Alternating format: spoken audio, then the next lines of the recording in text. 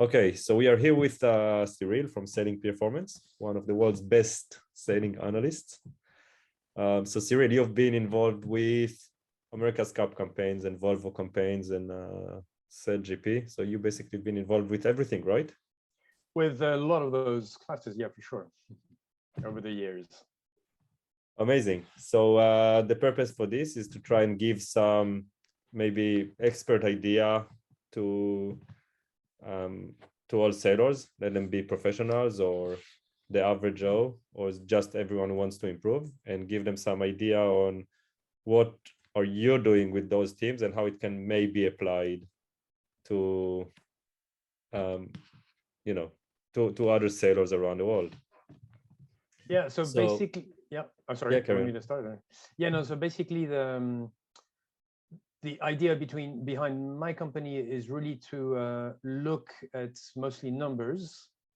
So we mostly deal with teams who are like kind of higher end, although we're moving to the middle section, who do acquire a lot of numbers through their electronics and their onboard computer. But one thing I've found all along my career is that sailing is really tricky when it comes to data analysis purely with numbers. So you can't just send me a big log file and I will give you the answer to better sailing. It's a bit more complicated than that. And then the more I work in this field, the more I realize how it's important to confront what numbers say with what the sailors actually experience on the water. And obviously a great tool for that is video, because the video doesn't lie, and it's a really good way both to look at performance, but also debrief. So that's kind of where I tell people that I'm doing a bit more than data analysis and pure science. There's actually a bit of art and experience in there, because you can't just take a number and say, this is what it was. This is a great answer, actually. So the process of data analysis that you do. So basically, if I'm a customer, I'm just gonna take all the files I have from the boat, say from the instrumentation I have and whatnot, and then I send it over to you or upload it to your system. And then how do you actually look at it? What is the process on your end? There's a couple of different phases and questions that we're trying to answer. And once again, because these numbers can be a bit fuzzy, I'm sure you've all heard about calibration, which is a big issue. And in fact, you'd find that if you jump on a random boat, you will find that the wind is pretty inaccurate coming from the instruments. And if you have inaccurate wind, then you don't really have an optimization function to say, what is your best VMG? You just look at the numbers. It might just tell you when you were the worst calibrated in an optimistic way. And that's not what we want to look at. We don't want to.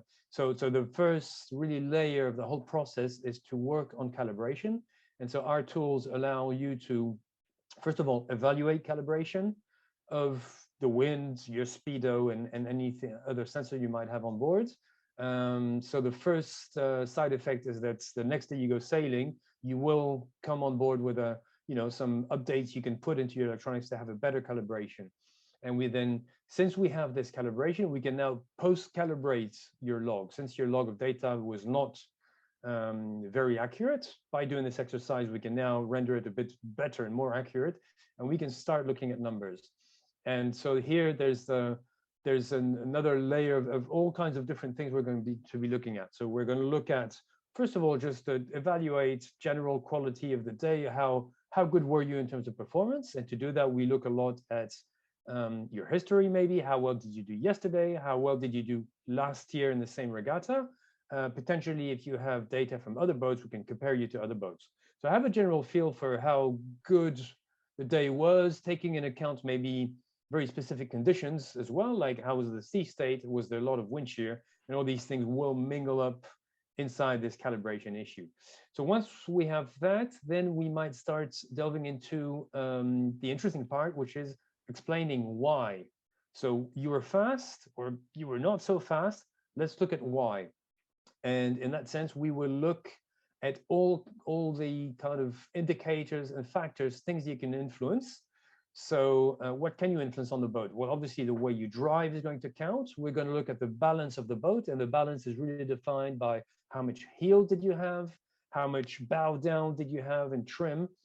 how much forestay load did you have, and all these things should bit by bit paint a picture of correlation, possibly explaining why you were up to speed or not, and help you improve for the next day.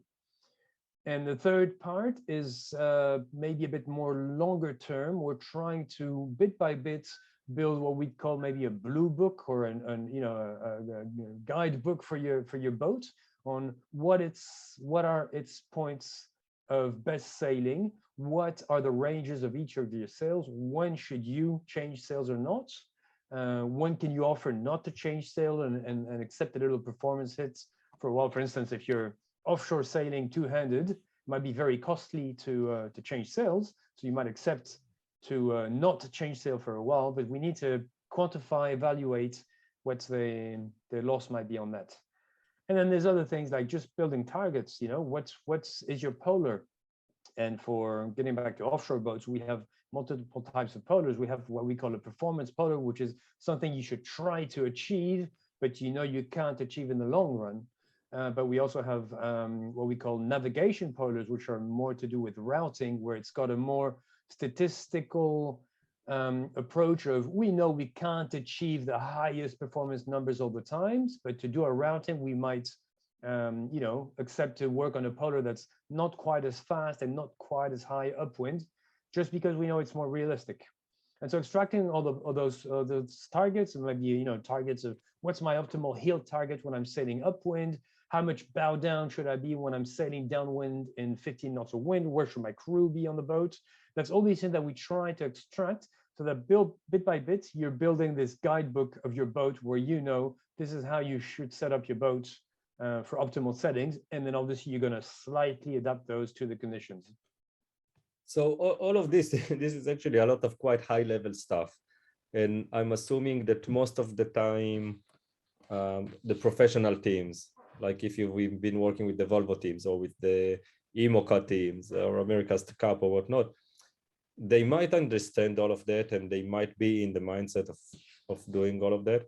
But how can it actually be applied to the average sailor? So I know that you also have some, call it average level or weekend warrior, or just a little bit more than a weekend warrior customers.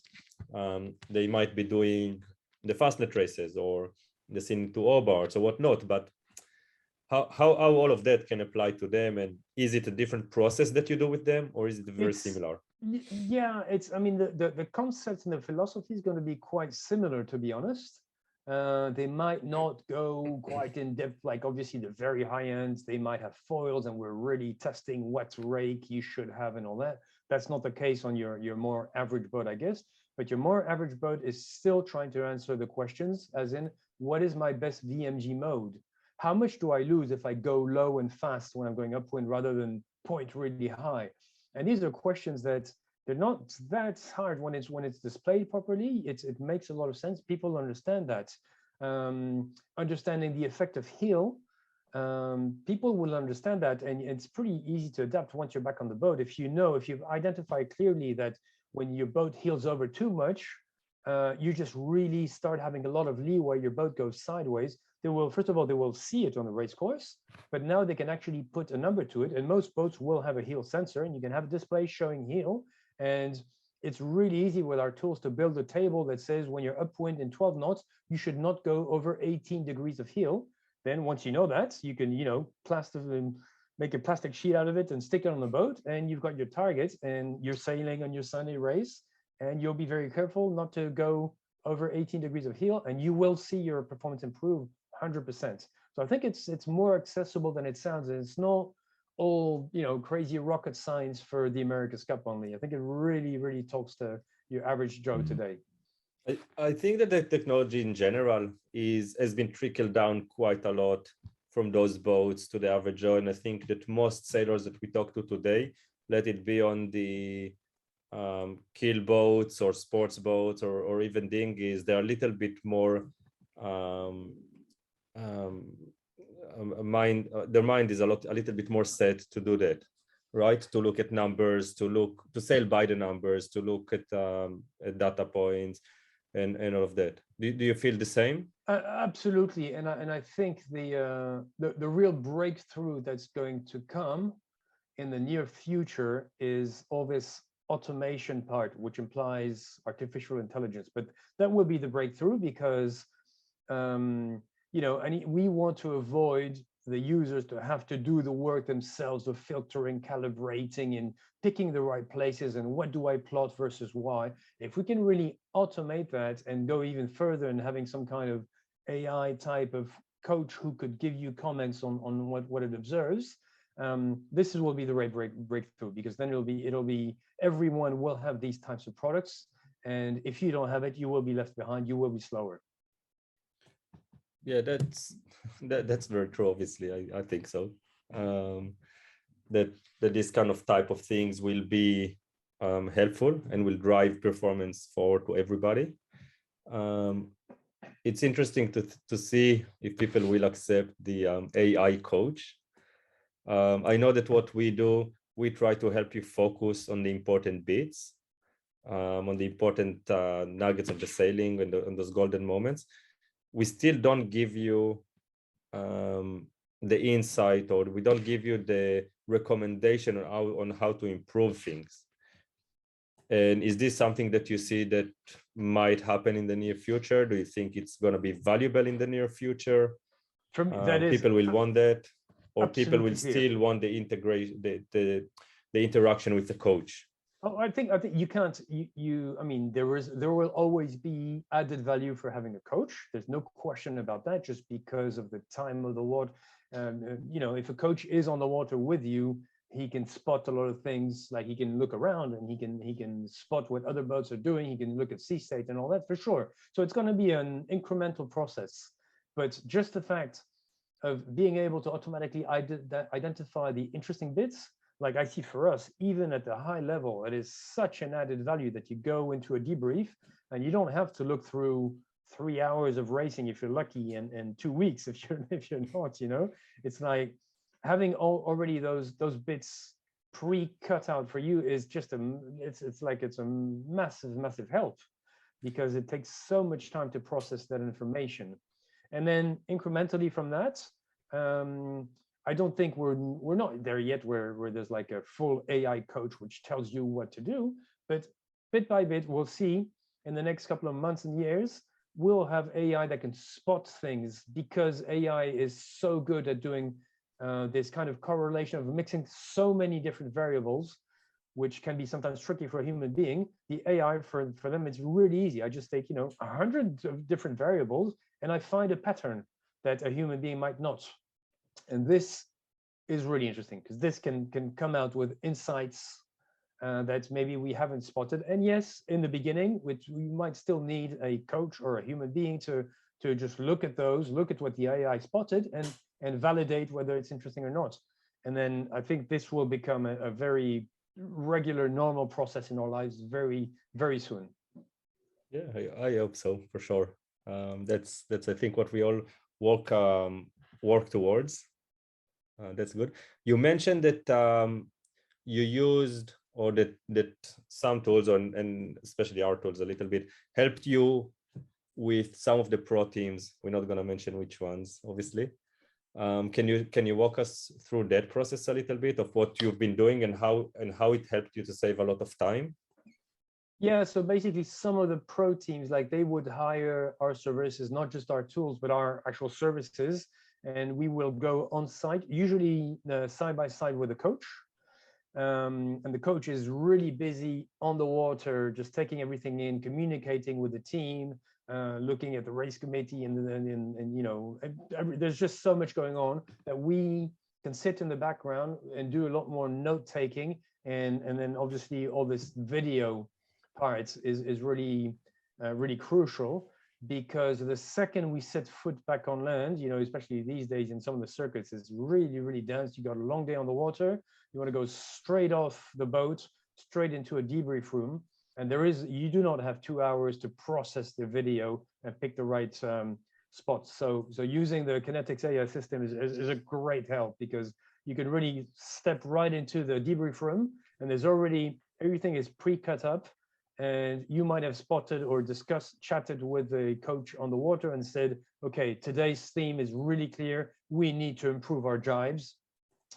And then you get in the debrief room and all the jives are already lined up for you in Kinetix AI. You can jump from one to the next and immediately start with a discussion with the sailors. Usually my role in that sense will be, so I might help the coach and run the debrief and run through the videos, which is really quite easy with that system. And then while we're doing that, I'll be taking notes because maybe later on I want to drill down some more and do some advanced analytics that these high-level teams will require in order to get them a report more complete on getting exact numbers. But just the fact of stepping right off the boat, going to the debrief room and already have a constructive debrief, that's the most important part is what can I take out of today immediately to make sure I'm already better tomorrow. And that tool for that is I think it's pretty unique. I don't know of any other tool who does that. Thank you. I'm not sure. As far as I know, the answer is no, but there might be more tools out there trying to do the same. But yeah, we are trying to stay ahead of the curve for sure. And I think last question, what is your one tip for teams or any sailor who wants to improve either in the debrief room or in the thought process? But if I'm the average sailor that wants to improve, maybe win races, either on the Olympic level or even on the club level, what would it be? For me, I'm very biased, but try to implement a little bit of discipline in the way you do things. Take a couple of notes. You don't need to write a book every day, but record your sessions and write down, that's the win that we had, this is what we did, and a couple of comments. And obviously use a system like Kinetix AI because that's another way of recording stuff. I mean, everything is going to be recorded in the cloud, and you will have some trace of what the wind was, where you were sailing. And if you can add to those, you have the possibility in Kinetix AI to drop some notes. Do it. This is really, really valuable because that allows you to structure your sailing. And bit by bit, by doing this process, you will see patterns come out that systematically you seem to have a bit of an issue with getting those starts perfectly right. And then that's what you got to practice. Thank you. I think this is very valuable to hear it from a world-class analyst like yourself. So thank you, Cyrille, for being here and answering my questions. Good one.